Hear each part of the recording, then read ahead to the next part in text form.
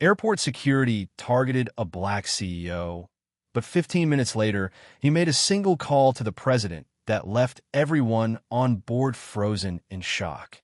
They fired 3 bullets at the black CEO, thinking a few shots could silence him. They didn't realize he had the president on speed dial and was already calling him on board. Subscribe if you believe arrogance always collapses when true power answers. The scanner flashed red. It wasn't supposed to. Dr. Arlen Vesk didn't flinch, didn't speak. He simply stood there, his carry-on bag hanging loosely in his left hand, the fingers of his right curling once slowly, as if calculating the temperature of the air. The polished terminal of Halcroft International dimmed slightly as overhead lights flickered, subtle, almost imperceptible, but enough to pull Arlen's focus inward. Something was wrong. The guard beside him, barely in his 20s, uniform crisp, voice uncertain, leaned toward the screen in confusion. "That's strange," he murmured, tapping the display twice. The checkpoint's standard green clearance hadn't appeared.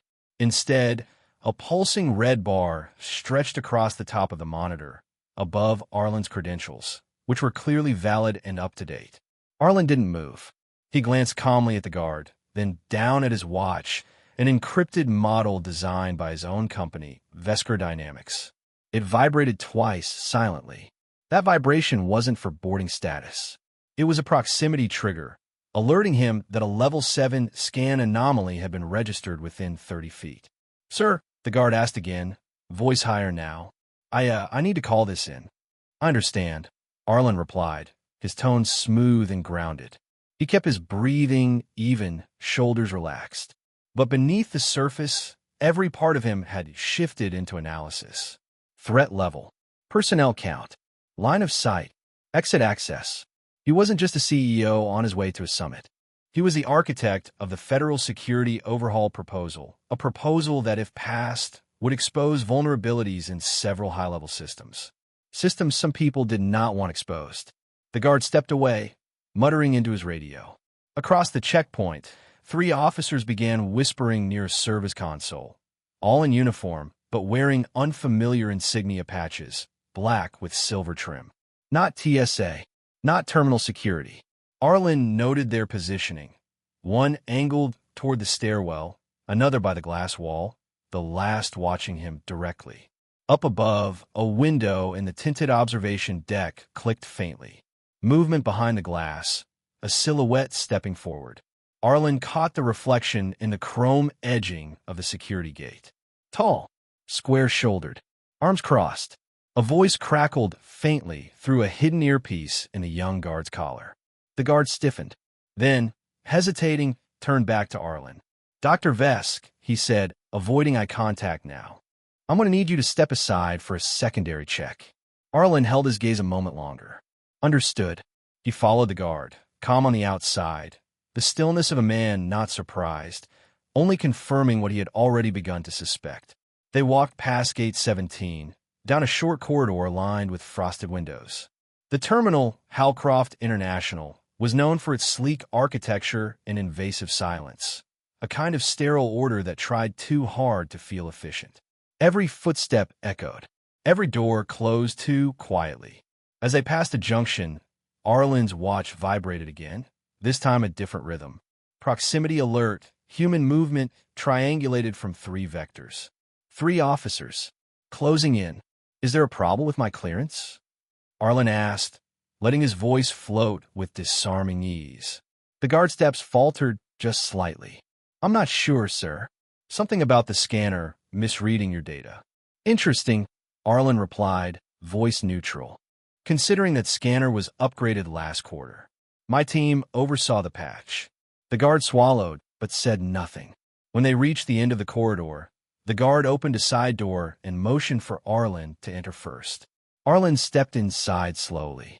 The room was small, too small for a proper secondary inspection. No windows, 1 metal table, 1 chair, and a scanner in the corner unplugged from the wall. It wasn't a holding room. It was a waiting room. As the door clicked shut behind him, Arlen turned deliberately. The guard hadn't followed. The door had locked. He stood still for a long moment. No clock, No signal bars. The lights above buzzed faintly, and the ventilation had a slow pulse to it, like breath. His watch vibrated again, this time just once. Red anomaly confirmed. Credentials rejected by override, not system error. From the ceiling, a low voice whispered through a hidden speaker. The target is in position. Somewhere beyond the room, someone responded. Begin containment. Keldrin wants no disruptions. Arlen closed his eyes briefly, then opened them with a focus sharpened by experience. This wasn't about a mistake. This wasn't about credentials or scanners or timing. They were waiting for him, and not by accident. He took a seat without being told, opened his briefcase, removed a single sheet of printed data from a double-sleeved folder, his proposal. He glanced at it once, then folded it in half and placed it flat on the table, like a quiet challenge. He adjusted the cuff of his shirt, revealing a thin band of synthetic mesh along his wrist, barely noticeable unless you knew what to look for.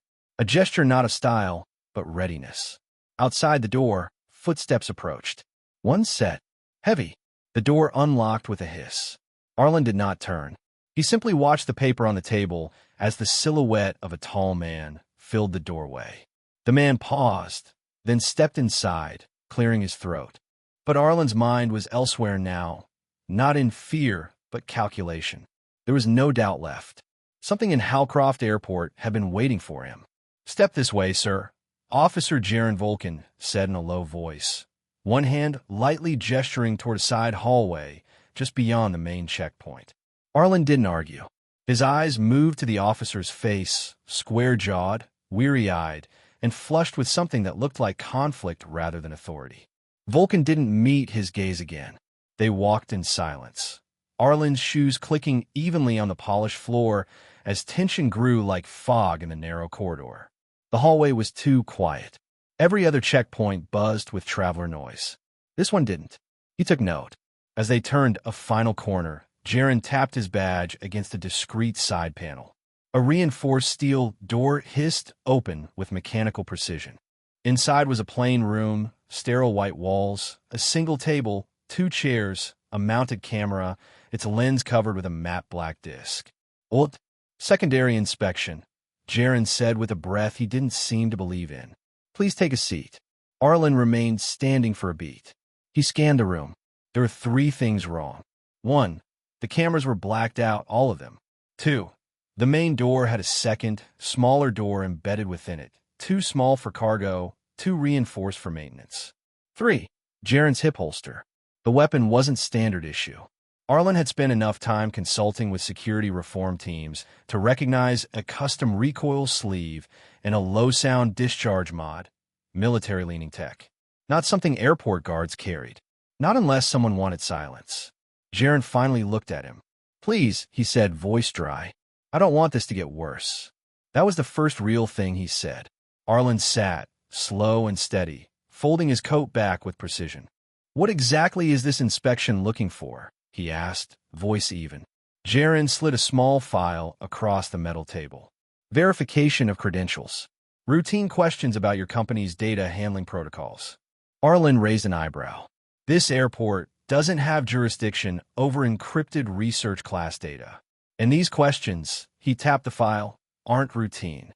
Jaron hesitated. His throat moved as he swallowed. "I know." The silence returned, heavy now, charged with undercurrents neither man was ready to speak aloud. From above, a faint hum vibrated through the ceiling, too thin for HVAC. Arlen tilted his head subtly. "Surveillance Meek? Drone movement?" Jaron followed his gaze upward, then quickly looked away. "Who's watching us, Jaron?" Arlen asked quietly. That made the man flinch. A micro-expression, barely visible, but there. Jaron didn't answer. The questions began. They were surgical, strategic. "Who did you meet in Alarin City last week? Have you authorized any security audits in the past month?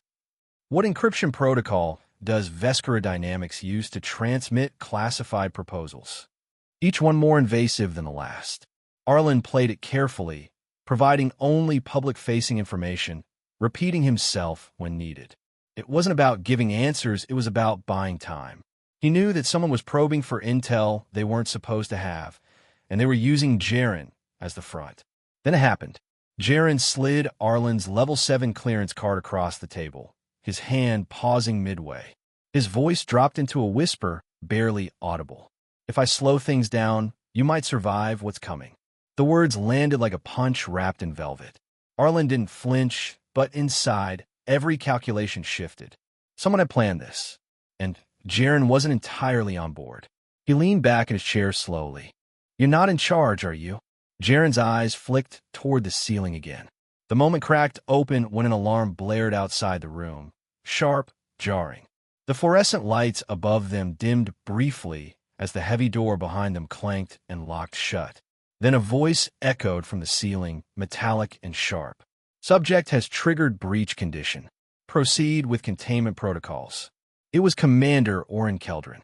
Jaren's face drained of color. He stood abruptly, moving toward the door panel, trying a manual override. It didn't respond. "No," he muttered. "No, that's not what this was supposed to be." Arlen rose to his feet, not quickly, not threateningly. "What does containment mean in here, Officer Vulcan?" Before Jaren could answer, the room darkened, black, total, and sudden. 3 seconds, enough to erase every boundary of the space. Arlen didn't move. Then the lights returned, and so did something else. 3 crimson dots hovered over Arlen's chest. Not reflections, not glitches, laser sights. Arlen's breath slowed. He didn't step back.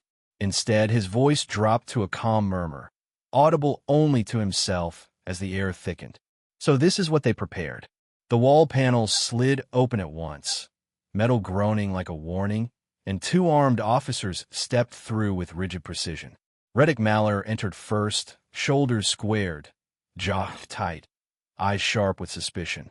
Brenholt followed close behind, gripping his weapon as if he expected a fight before one even existed. The air in the room thickened instantly. Arlen remained perfectly still, hands raised slowly in a neutral gesture, but the officers showed no interest in calm. Their posture radiated readiness, not for inspection, but confrontation. "Stay exactly where you are," Reddick barked, leveling his weapon with a sternness meant to intimidate. His voice trembled faintly beneath the confidence, betraying nerves he struggled to hide. He scanned Arlen from head to toe with a look of manufactured certainty. "You're carrying classified contraband. We have orders." Arlen kept his breathing steady.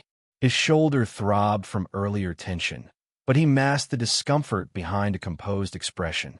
"You're mistaken," he replied, voice calm despite the danger. "Your scanners read my clearance. I exceed the level required for this facility." Reddick scoffed, stepping closer as if asserting control would drown out logic. "Clearance means nothing if you're part of a breach." Before Arlen could respond, Jaren Vulcan moved between them with urgency.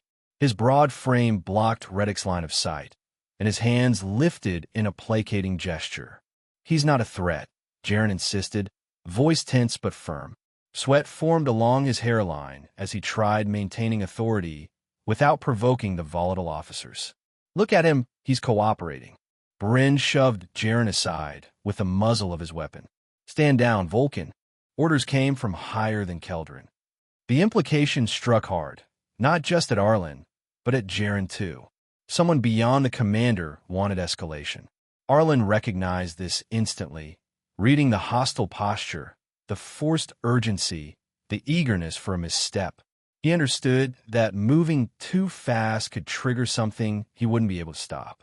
Reddick pointed to the floor. "Kneel. Now." His voice cracked with tension, as though he was fighting his own fear. Arlen remained standing. "Sudden movement will alarm you more," he said quietly, controlled, assessing every angle in the room and every breath of the men holding weapons. "Let's not make assumptions that." Bren fired. The shot split the air like a violent snap, grazing Arlen's shoulder with a burning streak that sent him stumbling sideways. Jaren gasped, reaching toward Arlen, but Reddick reacted too quickly, firing twice in startled panic. One bullet struck the wall, sparking against metal. The other hit Arlen's side, knocking him backward onto the hard bench with a sickening thud. Pain spread through Arlen's ribs in a hot wave, but he forced his mind to stay sharp. The sterile room blurred around the edges of his vision, yet his thoughts raced with strategy, not fear. He steadied himself against the bench, pressing a hand to the wound as warmth pooled beneath his fingers. "Are you out of your mind?" Jaren shouted, turning on Bryn with disbelief. His voice cracked under the weight of the moment. "You didn't do anything. That violates every protocol we have." Reddick slammed his hand against the control panel, sealing the outer door with a heavy clang. He spun around, panic twisting his features. "He forced a breach," he insisted, voice shaking. "We had no choice." Arlen exhaled slowly, the pain sharp but his mind unbroken. He lifted his head, eyes steady despite the blood running down his side. "You just triggered federal jurisdiction without realizing who you targeted," he whispered, each word calm, chilling, and deliberate. Bryn's grip faltered on his weapon. His face drained of color as guilt flashed through his eyes. "Reddick, we may have—" "No," Reddick snapped, though his voice wavered. "Stick to the plan." The room vibrated faintly with tension thicker than the metallic air. Arlen inhaled, knowing time was slipping. He tapped his watch twice, subtle, controlled, barely noticeable. A silent pulse activated beneath its surface, sending a hidden distress signal he trusted more than any officer in the room. A soft chime sounded, barely audible, but enough for Arlen to know it had gone through. Everything shifted. Reddick's stance stiffened. Bryn stared at Arlen, suddenly recognizing that something far larger than them had just been set in motion. Jaren knelt beside the bleeding CEO, gripping his arm to steady him. Arlen met his gaze, voice low, determined, and prophetic. "Now you've made this bigger than all of us." The bullet wound pulsed in Arlen's side like a second heartbeat, hot and rhythmic. He gritted his teeth, refusing to give in to the haze threatening to blur his thoughts. The sharp tang of iron filled the air, blood soaking into his shirt as Officer Jaren Vulcan hovered beside him, panic creeping into every line of his face. "Medical," Jaren shouted toward the surveillance camera above the door. "He needs medical now." "No assistance authorized," came the cold reply over the intercom, Keldron's voice tight with something between fear and resolve. "He's to be processed first." Arlen's lips curled slightly, not in amusement, but in recognition. The trap was still active. His objective narrowed. Stay alert, stay strategic, and wait for the signal to do its work. Then, quietly it happened. Flicker. The overhead lights dimmed, then glitched, just for a moment, no more than 3 seconds, but enough to matter. Jaren looked up. So did Reddick Mallor, pacing near the locked door, and Bryn Holt, still gripping his weapon awkwardly, as if unsure what he had done. In that moment, something changed. The sealed steel door stuttered with a metallic groan, like someone was probing it from the outside. Arlen caught it, the glitch, the flicker, the soft shift in the lock's magnetic current. Someone was attempting to override it. Someone with authority. Back in the surveillance deck, Commander Oren Keldron stood behind a row of glowing monitors, lips pressed tight as he watched the signal route itself across an encrypted path beyond his reach. The glowing alert on the screen was no ordinary alarm. It wasn't airport level or even regional. It pulsed blue with a federal watermark, looping every 7 seconds, indicating an escalation protocol he had no access to. His hands hovered over the console, sweating. "Where's it going?" he asked the technician beside him. "Out of our jurisdiction," the man muttered. "That signal's being routed through presidential-level clearance." "Sir, it already left the airspace." Keldron's heart dropped. He whispered to himself, "Who the hell did we just shoot?" In the inspection room below, Jaren leaned close to Arlen, voice taut with restrained urgency. "Your signal," he whispered. "Who did it reach?" Arlen turned his head slowly, his breath shallow but measured. The smile that formed was faint, exhausted but resolute. "Someone who won't ignore 3 bullets." The answer hit like a wave. Jaren's eyes widened. His hand tightened around Arlen's forearm, not just to stabilize him, but to anchor himself. He was standing beside a man tied to something far larger than airport clearance, far above regional authority. Arlen wasn't just a passenger. He was the reason Halcroft's command structure would soon crumble. From above, Reddick's voice cracked with uncertainty. "We need to move him," Keldrin said, sub-level 1. Now, Jaren rose to his full height, placing himself between Arlen and the others. "He's not going anywhere until I say so." Reddick stepped forward, gun raised. "You're about to get labeled as a traitor. And you're already labeled as a fool," Jaren shot back. The room's temperature shifted again, an eerie quiet before the next storm. Then the building itself responded. The emergency broadcast system crackled to life, its pitch higher than normal, its tone sharper. Code Echo Blue. Clearance authority override in progress. All 3 officers froze. Arlen's watch blinked blue in tandem, and a single encrypted glyph shimmered on the small screen. Not a number, not a word, a symbol. Jaren stared at it. He recognized it, not from airport files, but from his military days, where only one division used that exact code structure. "Help is already inside this airport," Arlen said softly. The floor vibrated beneath their feet, a deep, metallic tremor that silenced every breath in the corridor. Jaren Volkin's hand instinctively shot to his holster, eyes narrowing. "That wasn't internal pressure," he muttered. Dr. Arlen Vesk steadied himself against the wall, blood soaking through the sleeve he'd pressed against his side. He didn't have to speak. His glance toward the reinforced window said enough. The sound grew louder, an unmistakable whine of engines, then suddenly climaxed in a guttural thud. The floor shook again. Outside, just beyond the terminal walls, a sleek, angular craft dropped onto the outer tarmac. Its matte black plating reflected nothing. No insignia, no clearance beacons, no tower authorization. "Emergency thrusters," Arlen rasped. "That's no domestic transport." Inside the control room above, Commander Oren Keldrin watched his monitors flicker in protest as the unknown aircraft bypassed every perimeter lock. His voice cracked over the intercom, stretched tight with panic. "All officers, intercept the unauthorized aircraft immediately. Code 4 override. This is not a drill." Arlen's eyes sharpened. "And now he makes it worse." Jaren turned, stunned. "You recognize that ship?" "I recognize what it means," Arlen whispered, barely above a breath. "It means someone high enough to ignore Keldrin just landed." At that moment, the corridor lights shifted from the usual sterile white to a deep, unsettling blue. A low chime followed, a tone only reserved for federal override. Brenholt stopped mid-step as the blue lights washed over him. "That can't be real," he said, fear leaking into his voice. Reddick Mallor, still clutching Arlen's other arm roughly, snapped, "Move him, now, before we're caught in the middle of this circus." Jaren stepped forward, planting himself between Reddick and the hallway. "Let go of him. He's coming to the sub-level," Keldrin's orders. Jaren didn't blink. That override wasn't from Keldrin. Arlen's mind raced. Despite the pain, he observed every detail, Bryn's flickering hesitation, the hum of sealed doors locking behind them, the emergency panel beside the 4th bulkhead that didn't match the others. That asymmetry, it wasn't an accident. He remembered it from old blueprint drafts. It was a maintenance hatch. "There," Arlen said, nodding toward it. "That door isn't original. Someone modified it post-design." Reddick snarled. "He's delirious."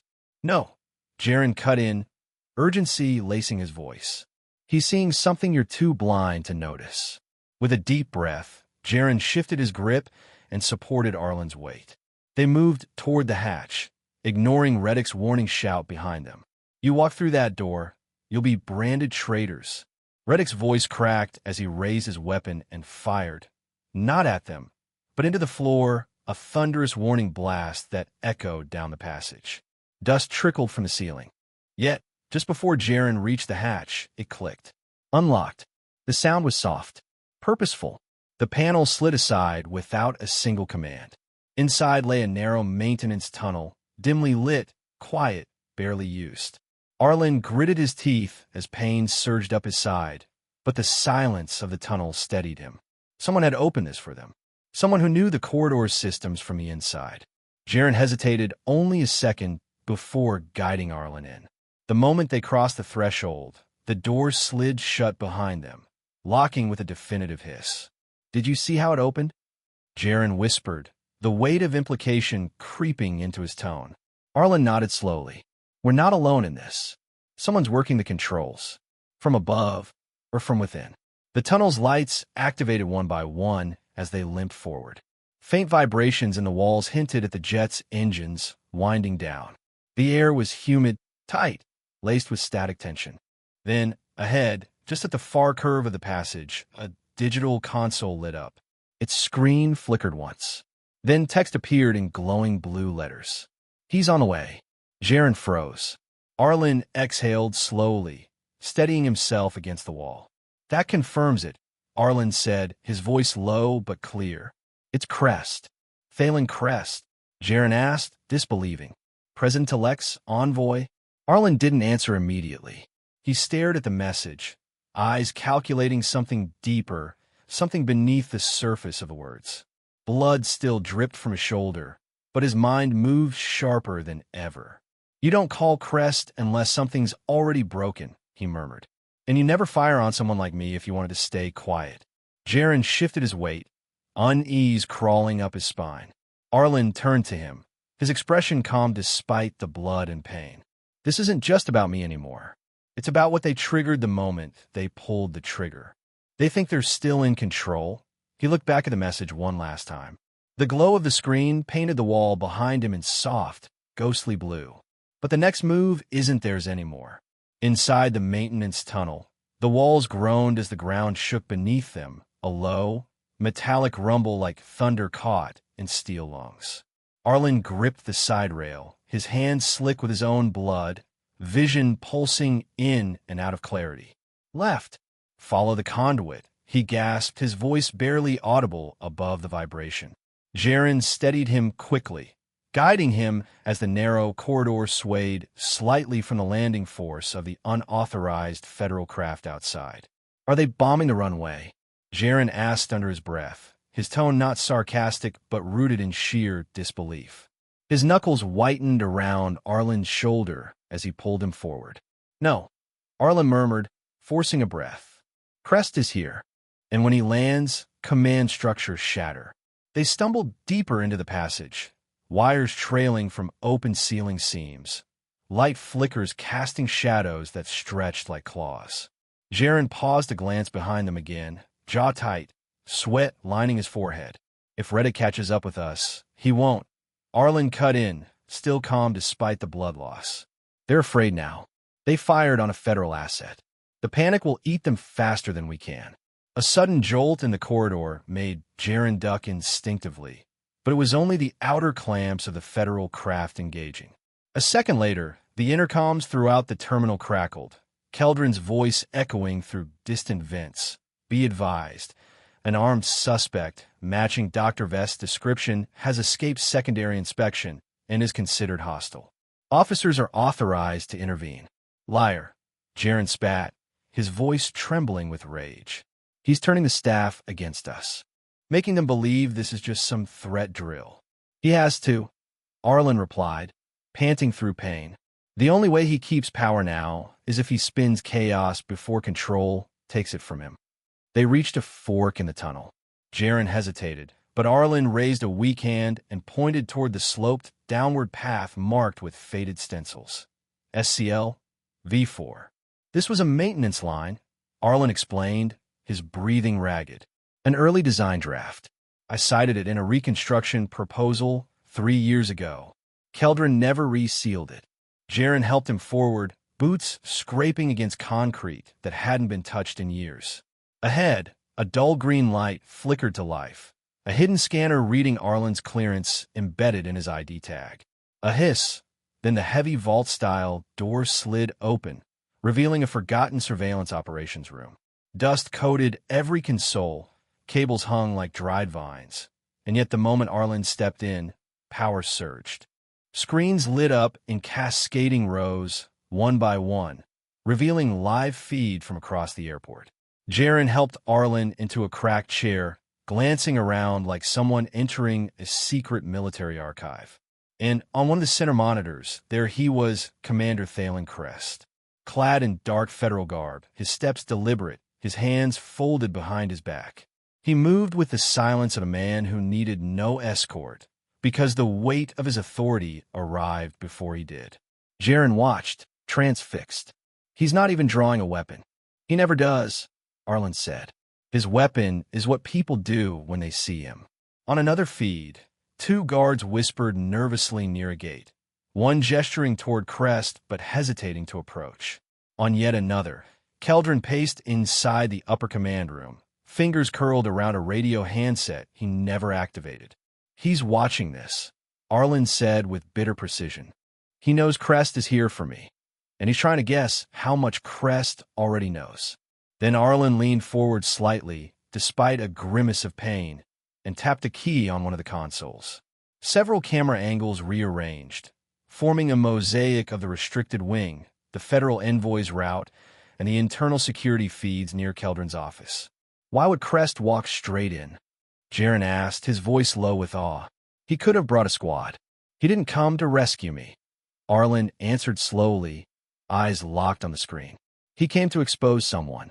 Jaren turned toward him. Expose who? The one who ordered this, Arlen replied. Keldron may be a puppet. The real hand stays hidden until pressure forces it into view. A long silence fell between them, broken only by the hum of the monitors and the distant pulse of alarms. Jaren shifted, the realization dawning in him fully for the first time. This isn't just rescue. Arlen's voice was soft but certain. It's exposure. The snipers opened their concealed panels behind Corridor G just as Commander Keldron's voice dropped into a whisper. Confirm sight lines, he said, fingers clenching the command deck's railing so tightly his knuckles turned white. In the monitor feed, the federal envoy, Commander Thalen Crest, walked with unnerving calm through the sterile hallway. His hands were clasped behind his back, his posture unthreatening but deliberate. He moved like a man who had already calculated the outcome. Keldron, sweating beneath his collar, motioned silently for the surveillance technician beside him to switch angles. The display rotated. Crest didn't flinch. He kept walking. Stand down, Commander Crest, Keldron announced publicly into the terminal's intercom. Your presence is unauthorized. Please exit through Corridor G and submit for verification. But even as those words echoed down the polished floors, Keldron pressed a separate comm switch under the console and hissed, Engage fallback intercept. Lethal only if necessary. Below the command deck, deep in the forgotten SCL V4 surveillance room, Arlen Vesk leaned forward, blood still soaking the side of his suit. He stared at the flickering monitors. His breathing was slow but focused, his eyes sharp despite the pain. There, Arlen pointed with his good hand. Kamera Jilud Loping. Same 2 seconds. Jaren Vulcan followed the direction, leaning in. The timestamp blinked 9 hours, 17 minutes, and 36 seconds. Then again, and again. Someone's masking activity on that feed, Arlen said, his voice strained but steady. Now watch this, see that door? G-Wing utility. Should be open for maintenance rotation. It's locked, Jaren confirmed, confused. But that was scheduled to stay unlocked for floor sweeps. Arlen tapped another key on the panel, switching to a heat map overlay. And there, he murmured, pointing above the command deck. A heat signature in the ceiling crawlspace, directly above Keldron's office. He's not acting alone. Jaren blinked. You think there's someone watching him? No, Arlen said. I think someone's directing him. Before Jaren could process the implications, another signal appeared. A new heat signature trailing the envoy, moving behind him, perfectly in sync, but not visible to any external camera. Jaren's eyes widened. Is that an assassin? No, Arlen shook his head faintly. That's a federal shadow guard, one of Reimer's private assets. Crest isn't walking in alone, he's bait. Upstairs, Reddick Maller was pacing outside a checkpoint access door, muttering into his comm, we should have just handed him over. This is spiraling. Then go confess, Brenholt snapped beside him, arms crossed, voice low. Go ahead, walk into the control deck and tell Keldron you helped shoot a federal asset. Reddick's jaw twitched. You think this can be cleaned up?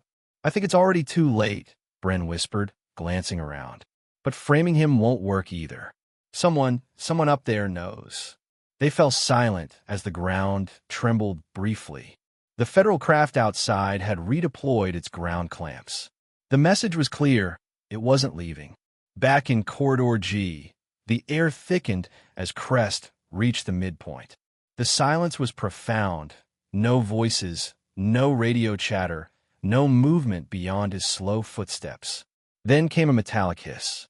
Two panels on opposite walls slid open with a hiss of pneumatics. The barrels of suppressed rifles extended silently outward. Creston stopped walking. In the control deck, the sniper's fingers squeezed their triggers, only to feel resistance. Click, click. The bolts jammed. Both weapons locked in place. "Sir," came the panicked voice of one marksman over Keldron's private earpiece. "Weapons malfunction." "I can't." Keldron shot up from his chair. "What do you mean?" Down in the hidden room, Arlen exhaled with a trace of satisfaction. "He anticipated this," he said quietly. Jaren looked at the feed again. Crest kept walking. The Shadow Guard's outline stayed behind him, unmoving, patient, a presence no one else in the corridor even knew existed. "Crest set this up," Arlen continued. "He wanted them to panic. He wanted them to attempt something, so it would be recorded." Jaren swallowed hard. "So what happens when he gets to the door?" Arlen turned his gaze away from the screen for the first time, his expression unreadable. "That's when the real reason they shot me will reveal itself." Jaren stared at him, dread growing. And for the first time, he realized he was not inside a security operation. He was inside something much larger. This was never random. They smirked, confident their bullets would intimidate, unaware that every move they made had already triggered a chain of consequences far above their pay grade. If you believe abuse under authority always folds when confronted by real influence, hit subscribe now, because justice never waits. The envoy stepped into the restricted wing with quiet finality, his polished boots echoing on the sterile floor as if every step were a declaration. Commander Keldron, watching from behind a reinforced glass panel, pressed his palms flat against the edge of the control desk, trying to steady the tremble that had begun in his fingers. On the surface, he wore the face of control, but his eyes betrayed something else, panic, thinly veiled behind authority. In the old surveillance chamber below, Arlen Vesk sat hunched in a rusted chair, one hand clutching his side, the other resting against the cracked edge of the monitor bank. His blood-soaked shirt clung to his skin, but his mind remained razor-sharp. Beside him, Officer Jaren Volkin leaned forward, eyes fixed on the flickering feed showing the envoy, Commander Thalen Crest, standing silently just a few feet from Keldron's position. Crest didn't speak. He didn't reach for a weapon. He didn't even blink. His calm was louder than any command. Keldron exhaled sharply into the microphone, trying to find control in his voice. "Commander Crest, this facility is operating under internal lockdown due to a breach of protocol by one Dr. Arlen Vesk, who triggered a red flag alert at checkpoint." Crest raised a hand, not to threaten, but to silence. "Dr. Arlen Vesk is a protected federal consultant," he said evenly, voice carrying with chilling weight through the intercom. 3 bullets were discharged at him without cause. That alone initiates an Article Black protocol. As of this moment, I have full jurisdiction over this facility. Keldron's throat tightened. "He attacked first," he said, stumbling over the words. "He resisted a lawful inspection and posed a threat to my officers." Arlen's monitor suddenly buzzed with interference. One of the camera feeds, previously grayed out, crackled to life. The time-stamped footage appeared slowly, pixel by pixel, displaying the interior of the secondary inspection room. Jaren's jaw dropped. It was Reddick Maller's bodycam feed, crystal clear, untouched, unedited. And impossible. Keldron had ordered that data purged immediately after the shots were fired. Arlen leaned closer, his breath shallow, but his voice dry with realization. "That wasn't Crest doing," he murmured. "Someone else put it back." On screen, the video played out. Reddick's aggressive posture, Bryn Holt's nervous sidesteps, Arlen raising his hands, and the precise moment Bryn's shot grazed Arlen's shoulder. Then the 2 uncontrolled bursts from Reddick, One into the wall, one into Arlen's side. No provocation. No threat. Just panic and power, wielded without discipline. Suddenly, the door to the restricted wing burst open. Reddick stormed in, eyes wild, uniform askew. He brought this on himself, he shouted, pointing toward the monitor feed above Crest. He wouldn't cooperate. He compromised the protocol. Crest didn't flinch.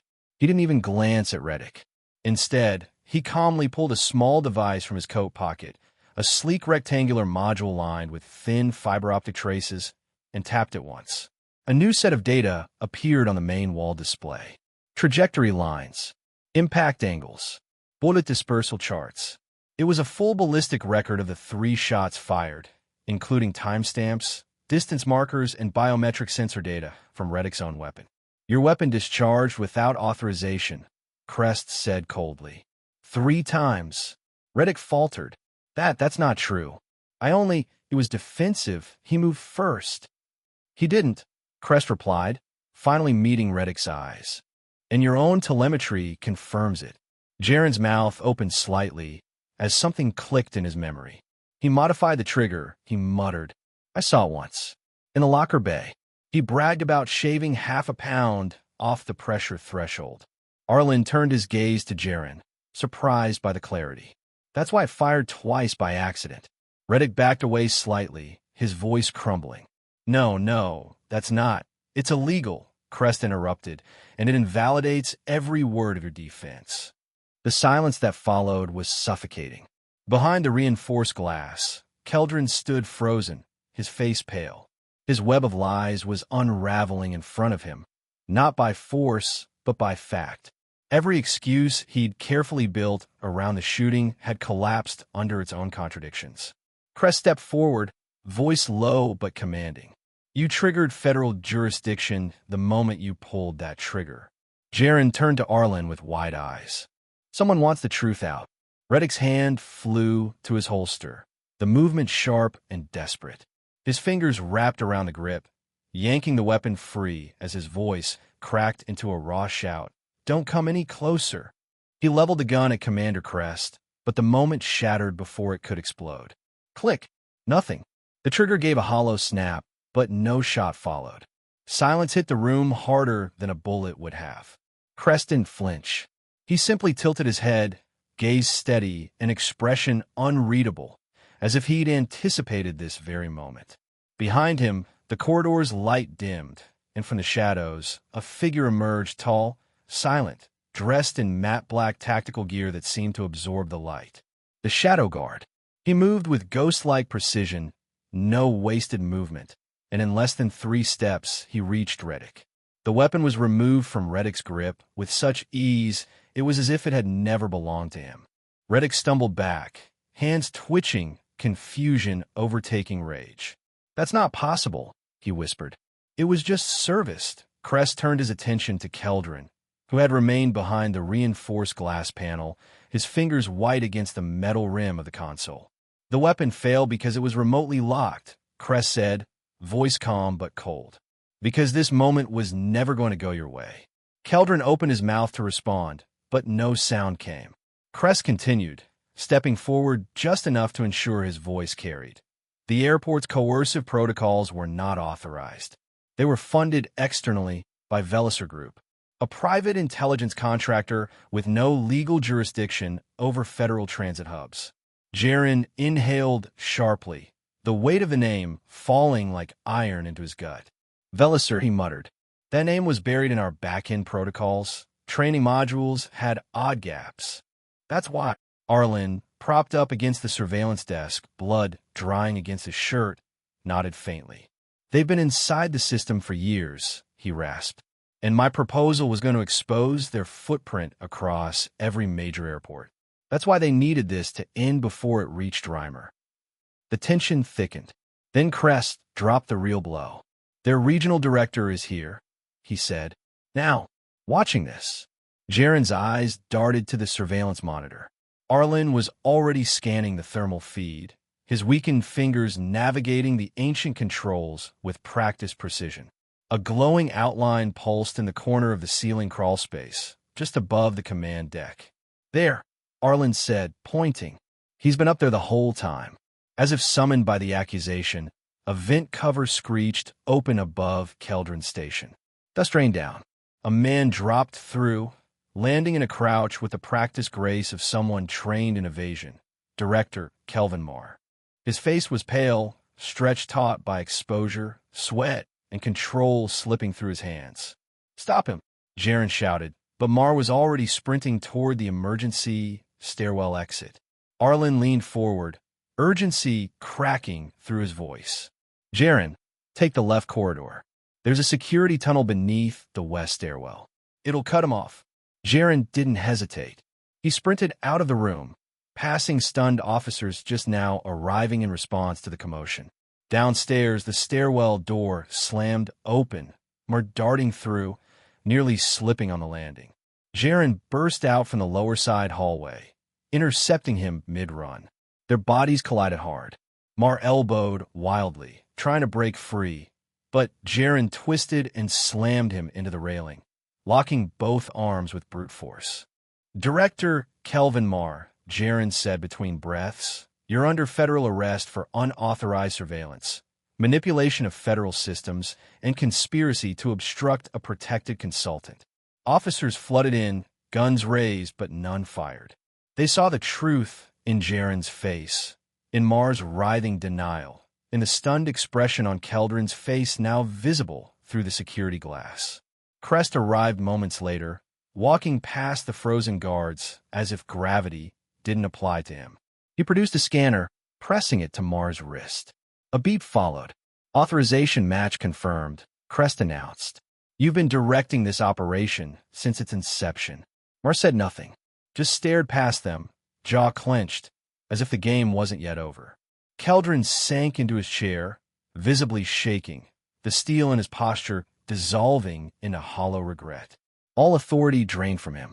Upstairs in the dusty surveillance room, Arlen slumped back, breath ragged, watching it unfold on the monitors. Relief didn't flood him. It crept in slowly, as if not yet trusting it was real. His hand trembled, but he kept his gaze steady. For the first time since he entered Halcroft Terminal, the danger had passed.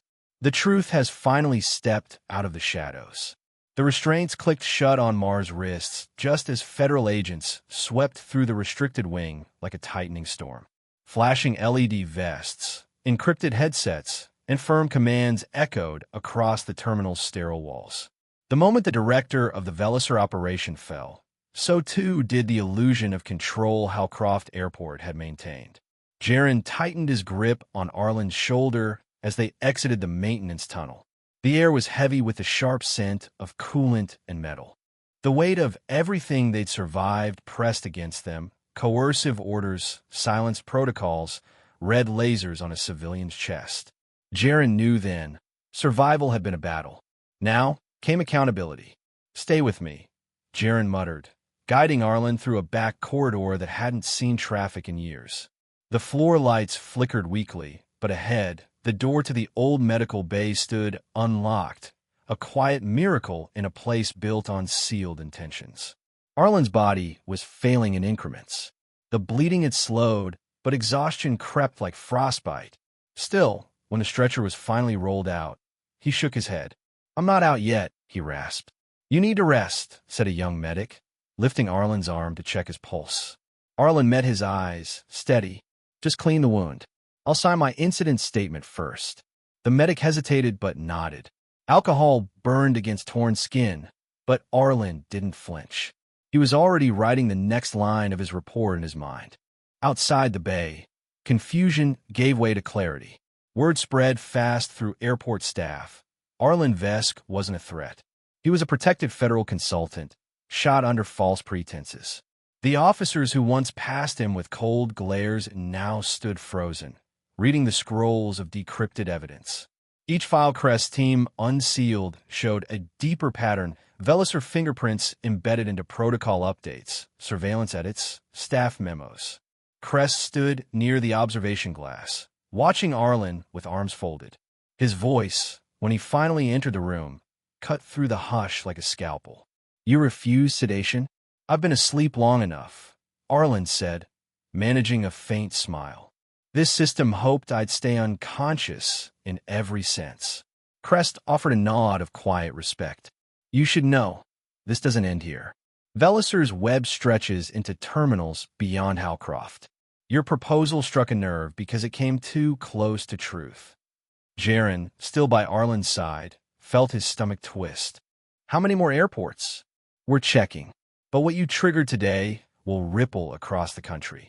At that moment, two officers walked by the window, Reddick and Bryn, wrists shackled, escorted by armed agents. Reddick's stare was hollow now. Bryn kept his eyes to the floor. Their posturing had collapsed into shame. Arlen turned to Jaren. They believed they were serving order. They were serving fear, Jaren replied. Almost did too. No, Arlen said, his tone gentle but firm. You stopped the chain. You proved that standing still is complicity. Silence stretched for a long beat before Crest broke it. The president-elect is inbound. He diverted mid-flight when your signal reached him. Jaren's eyes widened. He's coming here? Now. He wants to speak to Arlen directly, Crest said. And he's bringing federal press. This moment, it won't be buried. A silence settled over the room, this one full of weight and meaning. Arlen's chest rose and fell as he took it in. His breath was shallow but steady. The cost of truth had been high, but the ground had shifted. Outside the window, more agents arrived. Drones hovered to scan structural weak points in the terminal. Technicians with sealed cases began extracting Veliser's remaining nodes. A full sweep had begun. Inside, Arlen leaned back on the stretcher, finally letting his muscles release just a little. Jaren stood beside him, torn between exhaustion and awe, trying to understand the scale of what they'd just exposed. He looked at Arlen, his voice soft with reverence. You really shook the system. Arlen didn't answer right away. He closed his eyes for just a second, not to rest, but to center. Then, quietly, as if offering the room its final truth, he said, This wasn't an attack on a traveler. It was an attack on the country. The aircraft's landing gear struck the tarmac with a sharp, final hiss, and the terminal lights flickered beneath the roar of descending federal engines. The sleek, black-bodied transport bore no insignia, only a glowing numerical code pulsing on its side, 27DX. The moment its ramp lowered, the surrounding air seemed to harden with authority. President-elect Daxton Reimer stepped out first, his coat snapping in the wind, flanked by no entourage, no protection, just presence. Inside Halcroft Terminal, federal agents cleared the secured corridor with silent precision. Officers who had hours ago obeyed Commander Keldrin's orders now stood frozen along the hallway, eyes wide as the man they once dismissed walked confidently into their space. Reporters, pinned behind security glass near the terminal's edge, pointed their lenses toward the unfolding scene, though none yet understood its weight. In the medical bay, Dr. Arlen Vesk refused to recline. Blood still dampened the bandages along his shoulder and side, but he sat upright, jaw set, posture rigid, as if he were holding back gravity with his spine alone. When the door opened, Jaren Vulcan instinctively straightened to full height. The sound of polished shoes on the sterile tile echoed like judgment arriving. Reimer entered without a word, scanned the room once, and crossed directly to Arlen. His face held no trace of campaign charm, only focus. I got your signal, Reimer said, placing a firm hand on Arlen's shoulder. We turned the plane around as soon as we decoded the burst. I didn't come to ask what happened. I came to hear it from the one man I trust to explain it. Arlen nodded once, his breathing slow but measured. You already know the shape of it, he said, voice hoarse. But I'll give you the edges they tried to hide. Jaren stood stiffly at attention beside the bed, unsure if he should speak.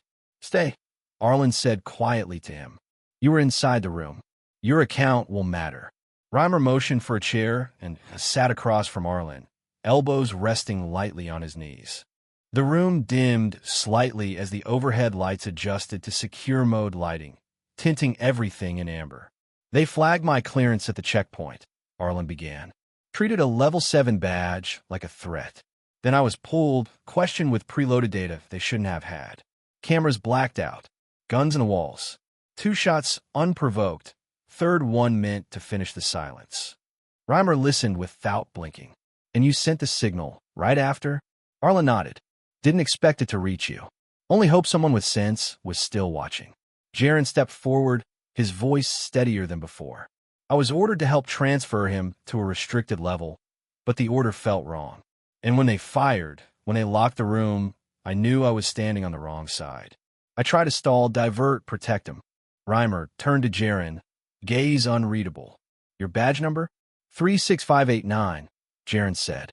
Crest's voice crackled softly from a nearby intercom, confirming the ID with a nod to off-screen monitors. Continue, Reimer said. Arlen detailed the hidden directives, the panic in Keldron's voice as the override initiated, and the moment the emergency hatch unlocked without being touched, a sign someone far above the terminal was already in motion. He paused only when the pain crept too high, gripping the edge of the bed and inhaling. Outside the bay, Commander Crest moved like a silent signal through the terminal spine. Teams followed his wordless gestures as they dismantled what remained of Velisir's hidden tech, covert relay nodes disguised as power terminals, cloaked receivers built into inspection desks, and encrypted weapon caches mapped to sublayer blueprints never cleared for airport use. In a sealed room down the corridor, Kelvin Marr sat bound to a steel chair, eyes hooded, muttering to himself with a slow, deliberate rhythm. This was only Phase 1. He repeated the phrase 4 times, each softer than the last. Back in the bay, Reimer remained still as Arlen finished his report. They called it an anomaly, but this was a dry run, and I wasn't the only name they flagged. You were next. Foreshadowing tightened around the moment like a closing fist. Reimer finally stood, walking slowly to the window that overlooked the edge of the tarmac. The aircraft engines outside were still warm. He folded his hands behind his back. You were meant to deliver a reform proposal today, he said. Yes. You'll still deliver it, Reimer replied, turning around. But not behind closed doors. You'll deliver it during a national broadcast, 48 hours from now.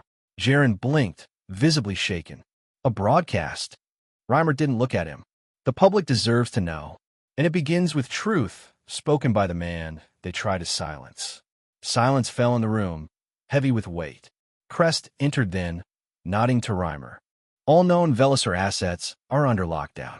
We're tracing their wider network. Arlen's eyes moved toward the corner screen, where a small box still displayed a paused frame from the bodycam footage, the moment before the first bullet struck. They tried to build a system beneath the system, Arlen said, but it cracked the moment they fired at the wrong man.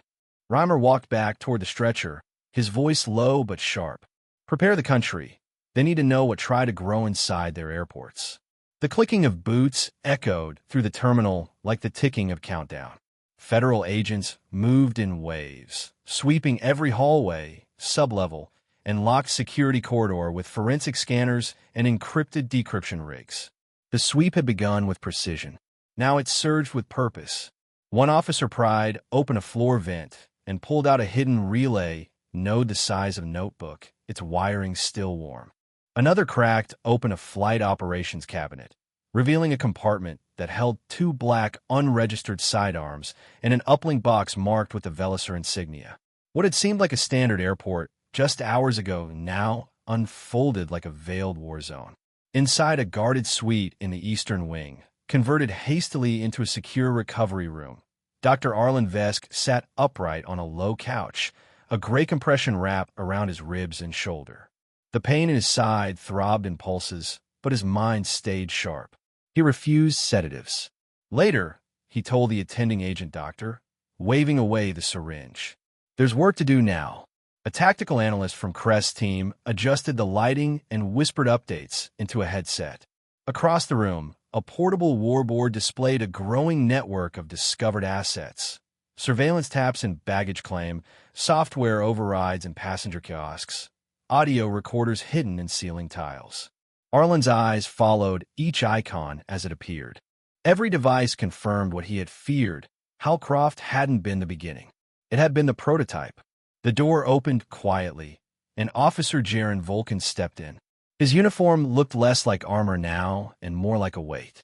Still carrying the guilt of standing near when the shots were fired, he approached Arlen slowly, holding a data pad. "They've cleared Sector C," he said. "Found more drives. Looks like Velisur had schematics for terminal layouts from 6 other airports. Possibly 10. Arlen met his eyes. 10. Jaren nodded, swallowing hard. Some of them were set to activate by next quarter. Same coercive tech, same scanner overrides. You were right. Halcroft was just the entry point. A brief silence passed. Then came a knock, 3 quick taps. The door opened, revealing a line of officers waiting outside. One by one, they entered. Most were the same men who had either doubted Arlen earlier or turned away when orders got strange. Their faces were drawn, pale, remorseful. The first man, a burly sergeant with grizzled hands, stepped forward and lowered his head. "Sir," he said, voice cracking, I didn't know what they were doing. I thought you were. I just followed orders." Arlen didn't flinch. He simply nodded. "Now you know," he replied. "What matters is what you do next." Another officer stepped forward, then another. Some apologized. One asked quietly if Arlen needed anything. Another knelt, breaking protocol, just to whisper, "I should have spoken up when I saw the scans being looped. I didn't." I froze. Arlen inhaled slowly, his voice even but firm. Institutions don't collapse because of systems. They collapse because good men choose silence over truth. Don't let this moment pass without changing something. Jaren stood behind him, arms crossed, jaw set. There was a respect in his stance now, not just as a protector, but as someone who had watched a man survive bullets, betrayal, and bureaucracy without ever raising his voice. A few federal agents entered behind the officers and pulled Jaren aside. Quiet words were exchanged. One of them, a logistics commander, patted him on the shoulder and nodded. "They're recognizing what you did," Arlen said, watching. "You chose the harder path." Jaren looked down, as if uncertain how to receive praise. "I didn't do enough," he muttered. "You did the one thing that mattered," Arlen replied. "You broke rank for what was right." Before Jaren could respond, Commander Crest entered the room. His coat was damp from the outside rain, a trace of dirt on one knee, signs of work, not presentation.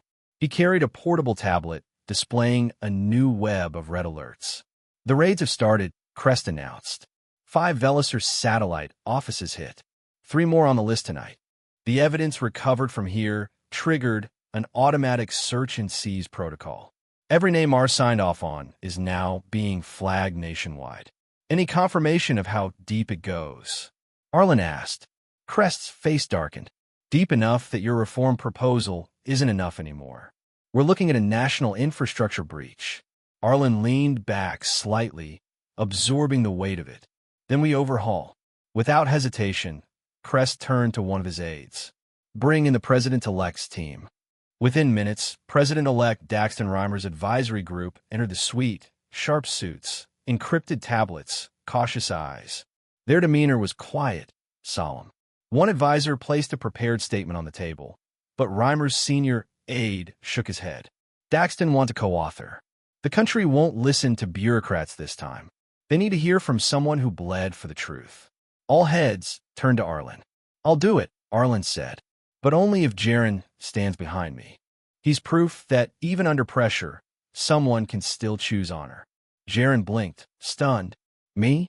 I'm not." "You are," Arlen interrupted. "You were there. You stopped it from becoming worse. The people deserve to see that not every badge follows orders blindly." Jaren nodded slowly, a flush of disbelief rising to his face. Outside, storm clouds thickened over the runway. A wind dragged loose papers against the outer glass. The airport had gone eerily silent, its normal buzz replaced by the low hum of federal generators and whispered updates. Somewhere beneath that silence, a new tension brewed. A courier knocked once, then entered with a black case. He said nothing, simply placed the box on the table and left. Crest unlatched it, revealing a small metallic chip wrapped in fiber lining. A label was etched across the surface in clean white letters. Phase 2. Everyone froze. Arlen reached for the chip slowly, eyes narrowing. "Where did it come from?" he asked. No return info. Dropped off anonymously, Kress said. Arlen held it up against the light. It shimmered faintly, as if containing not just data, but a future someone had bet on staying buried. The room fell into a heavy silence. He stared at it, the implications seeping in like cold water through fractured stone. If this chip was real, if it held what he suspected, it meant Halcroft wasn't the full plan. It was the first test. He whispered to no one in particular, voice low, steady, and grim. They planned more than we stopped today. The cameras clicked silently as the red light blinked to life above the main broadcast lens. Arlen Vesk stood beneath the studio's warm overheads, his suit pressed but marked faintly by the crease of a healing bandage beneath his left side. His face bore no expression of vengeance, only a sharpened calm, as if every fiber of pain from the last 48 hours had fused into steel. Beside him, President-elect Daxton Reimer watched the countdown silently. Behind them, framed by the soft blue backdrop of the Federal Seal, stood Commander Thalen Crest and Officer Jaron Volkin, two men who had crossed different lines to reach this moment. We're living 5, the technician said flatly through the earpiece. 4, 3, 2, a silent signal. Arlen stepped forward. He didn't clear his throat. He didn't blink. His voice met the microphone with quiet authority. Last night, I was shot 3 times inside Halcroft International Terminal. Not because I posed a threat, but because I carried the truth through the wrong hallway. He paused. I stand here not to deliver a speech. I stand here because I lived long enough to ensure this nation understands exactly what tried to grow unnoticed beneath its airports. The studio was dead quiet. Even those behind the cameras leaned in. Arlen continued, each word crisp. My name is Dr. Arlen Vesk. I was en route to a federal summit, carrying a proposal that would have restructured the way airport security is audited and regulated. Unknown to me, a private intelligence group, Velisur, had already embedded itself within regional enforcement protocols, including at Halcroft. I walked into a trap built not for criminals, but for silence. Jaron watched from behind, his jaw tight. He hadn't moved since stepping into frame. Crest stood beside him, arms folded, unreadable as ever. I was detained under false security breach claims. I was fired upon in a locked room by men who believed I was just another civilian. I was not. I helped design the very security infrastructure they tried to exploit. Gasps rippled through the control room. Arlen pressed on. These men didn't act alone. They were following directives from Velisur's covert protocols, embedded under the guise of pilot reforms and operational efficiency. But make no mistake, what they tried to build was control, not safety. He gestured toward Crest without turning his head. Commander Crest and his team recovered physical evidence, encrypted drives, hard-coded biometric overrides, and operational maps connecting Velisur's influence to at least 10 more major transit hubs across this country. The screen behind them lit up. Crest tapped a button on his small console, and a series of digital blueprints filled the feed. They depicted internal airport schematics marked with unusual red symbols and a chain of network relay points disguised as server maintenance hubs. These, Arlen said, are not theoretical. They are real. They were active.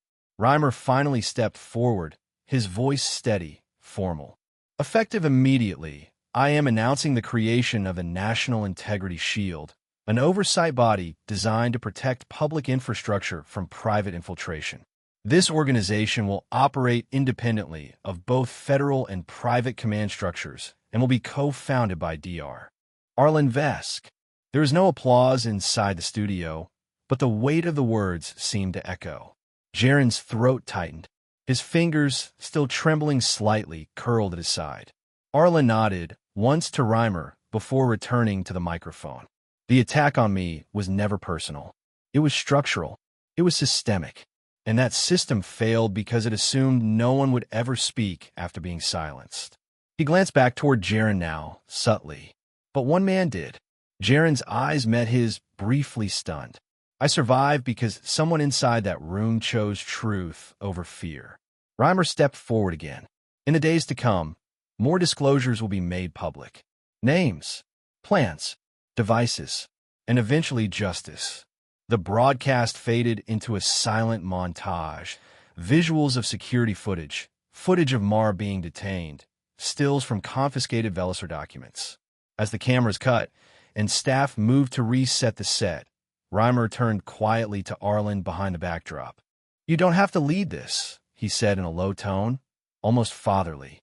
"The integrity shield will need a face, but it doesn't have to be yours." Arlen didn't answer right away. He exhaled slowly, reaching for the inner pocket of his coat. His fingers closed around a tiny silver data chip, labeled only with 2 words, Phase 2. He stared at it for a beat before sliding it back inside. After everything, after the bullets, the lockdown, the betrayals, this chip was the last unanswered question. "I'm not stepping back," Arlen said finally, his voice low but resolute. "Not now." Outside, the wind had picked up. Clouds hung low over the studio lot. Security vehicles idled as men in dark coats positioned themselves near the exit. Jaren approached Arlen as he stepped off the stage. He extended a hand, then changed his mind and saluted instead.